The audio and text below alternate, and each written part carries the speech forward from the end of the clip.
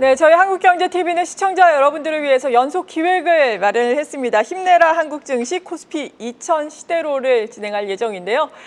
코스피 5000 시대를 가기 위해서는 어떤 또 펀더멘털의 개선이 필요하고 이에 따른 투자 전략은 어떻게 가져가야 하는지 큰 그림 그려보는 시간입니다. 네, 코스피 정말 5000 시대를 열기를 기원을 해보겠습니다. 오늘 이 시간 한국투자증권의 김대준 투자전략팀장과 함께하겠습니다. 어서 오세요. 네, 안녕하세요. 네. 일단은 지난 금요일에 코스피의 연이은 상승에 제동이 걸리긴 했지만 오늘 분위기를 보자면은 물론 보합권에서 등락이지만 뭐 나쁘진 않은 것 같아요. 전면전 확산 가능성에 대해서 좀 낮게 평가를 하고 있는 것 같은데 중동의 지정학적 리스크에 대한 평가부터 들어볼까요? 네, 일단 중동 지정학 리스크는 분명히 단기 조정 압력을 키우는 요인이 맞습니다. 하지만 지금 트럼프 대통령의 계속된 언급에서 확인이 되는 것처럼 글로벌 사회가 이스라엘과 이란에 대해서 이 갈등을 조금 진정하고 사태를 촉구해라 이런 이야기를 하고 있습니다. 그렇기 때문에 오늘 한국 시장에서는 금요일과 다르게 조금 진정되는 모습이 나타나고 있고요. 이 중동 리스크와 나머지 상승 탄력이 있는 업종 위주로 좀 나뉘어지는 그런 차별화 흐름이 나타나고 있습니다. 네. 그리고 아무래도 이번 교전이 중동에서 펼쳐지다 보니까 국제유가가 어느 정도 올라갈지가 초미의 관심사 아니었겠습니까? 일각에서는 호르무즈 해협 만약에 이란이 봉쇄를 하게 된다면은 국제유가 뭐 $100를 넘어설 수 있을 것이다라는 전망도 나오고 있는데 정말 봉쇄할 가능성이 있을까요? 네, 일단 봉쇄 가능성 분명히 있다라고 네. 보시면 좋을 것 같고요.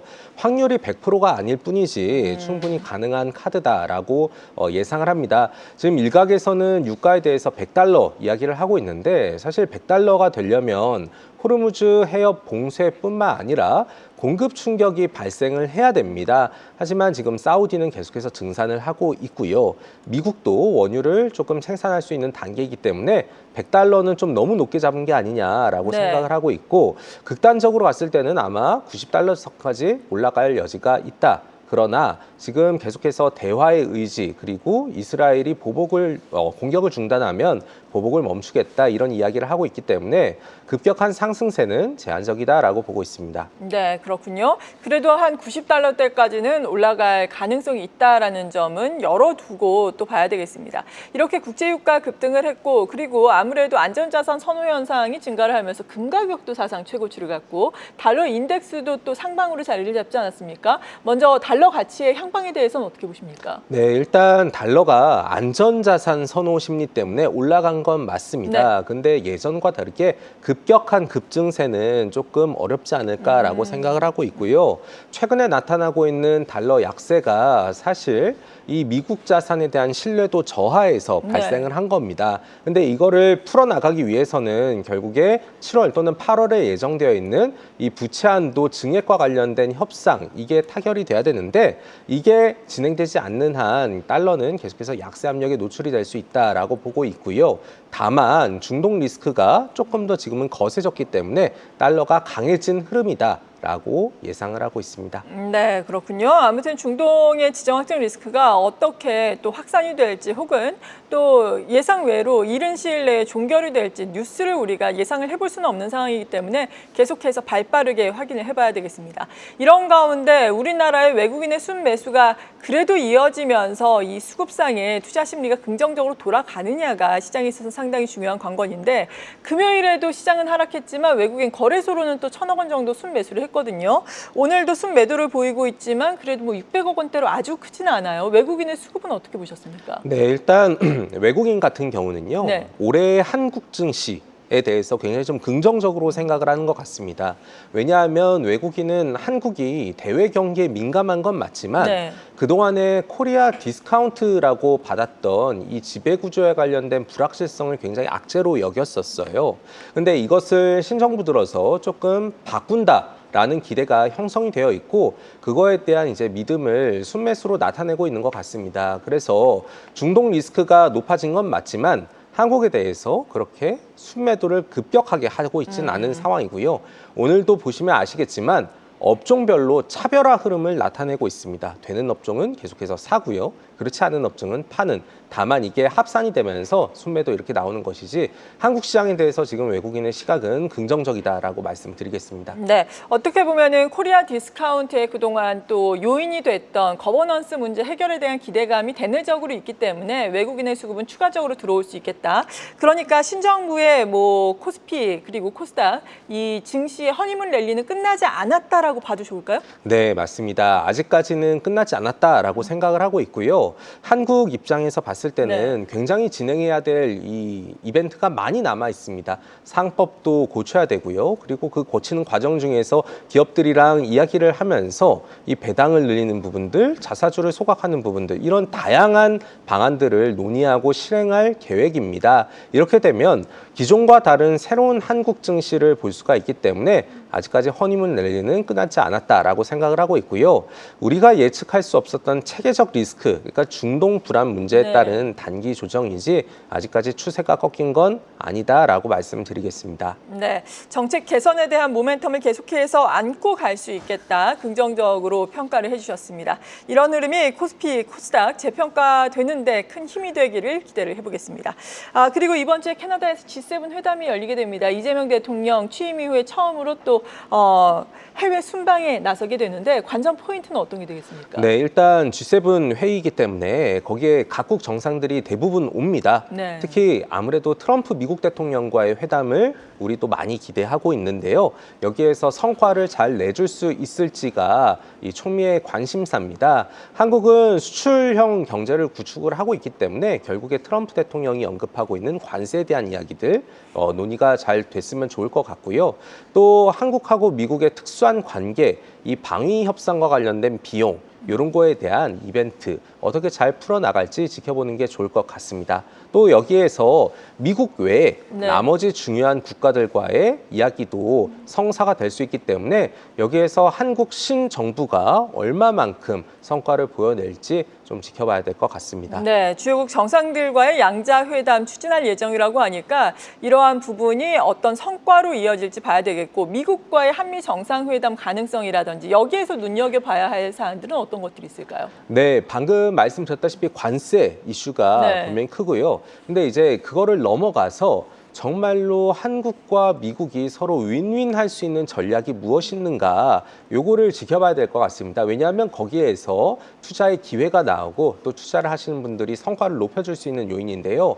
아마도 한국은 조선업과 관련된 협력 이슈 요게 가장 클 것 같습니다. 그래서 미국의 군함과 상선을 건조하고 수리 관리하는 그런 형태의 여러 가지 작업들을 정말로 할 수 있는지 그리고 이거를 미국 바깥에서까지 수행할 수 있는지에 대한 여부 이런 것들이 나오게 된다면 투자 입장에서는 굉장히 좋은 그런 뉴스라고 볼 수가 있겠습니다. 네.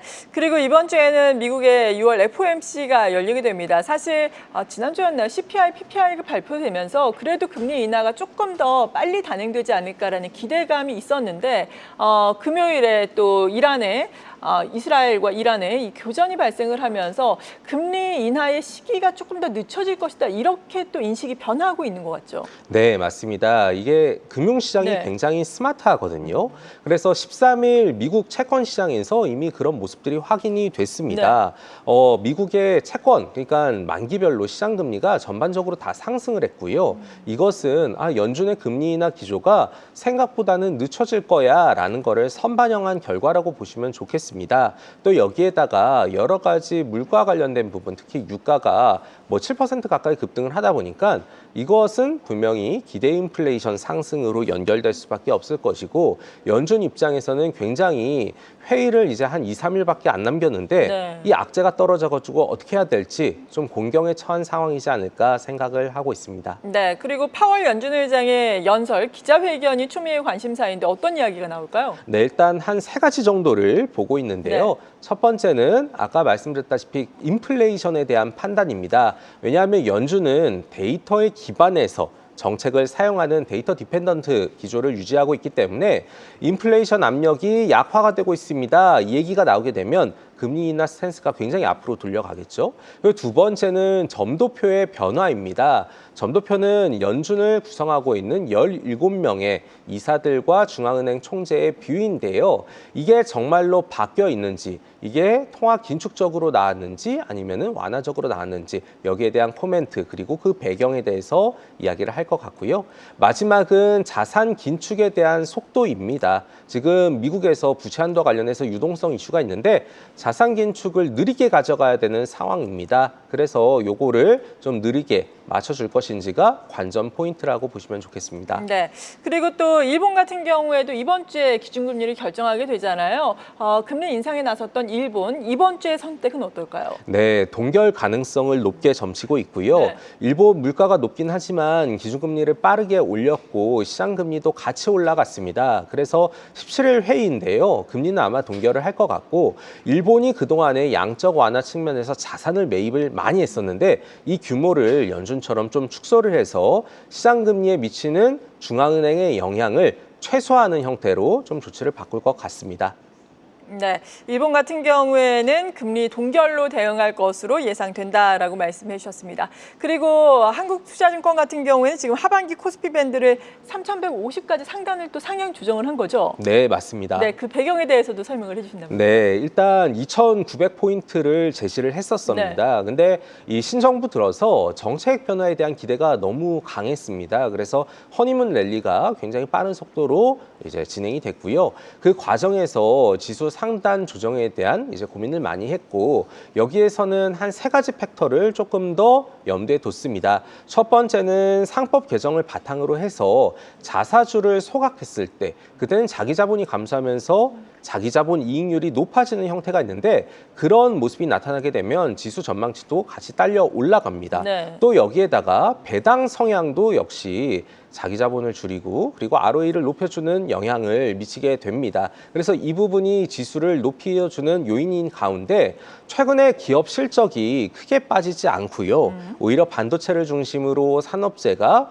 높여가고 있는 그런 상황입니다. 그래서 이것을 하반기까지 쭉 연장을 하게 되면 현재의 지수 전망치는 수정할 필요가 있다. 그리고 그 과정에서 2,900을 넘어서 3,150까지 지금 충분히 가능하다. 이렇게 판단을 하고 수정을 했습니다. 네, 이런 가운데 주요 관건이 또 관세 불확실성 아니겠습니까? 앞서서 G7 회의를 통해서 한미 정상회담이 성사가 된다면은 관세 문제가 또 주요 관전 포인트가 될 것이다라는 말씀도 해주셨는데 관세 이슈가 잘 또 봉합이 되면서 해결책이 나올 것인지 이에 따른 기업 실적에 미치는 악재로서의 영향은 없는지 궁금한데 어떻습니까? 네, 분명히 악재로서의 영향이 있고요. 근데 이런 것들은 사실 4월 달 상호관세 발표가 되면서 네. 그때 급락분의 상당 부분 반영이 되어 있습니다. 그래서 상호관세가 우리나라 25% 받고 있는데요. 여기에서 더 높아진다고 볼 수는 없고 유지가 되거나 낮아진다라는 측면으로 보시는 게 좋겠습니다.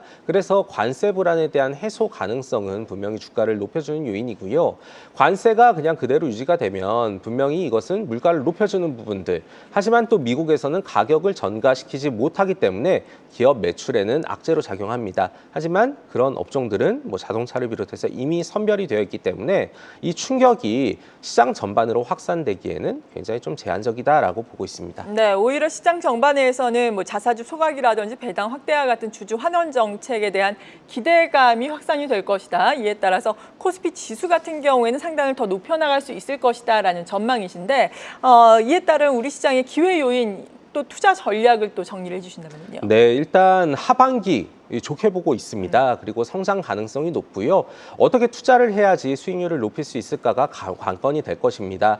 일단 기존 주도주, 조선, 방산, 원전에 대해서는 긍정적으로 투자를 하신 게 맞고요. 그리고 신정부가 추진하는 여러 가지 정책들, 내수에 초점이 맞춰져 있습니다.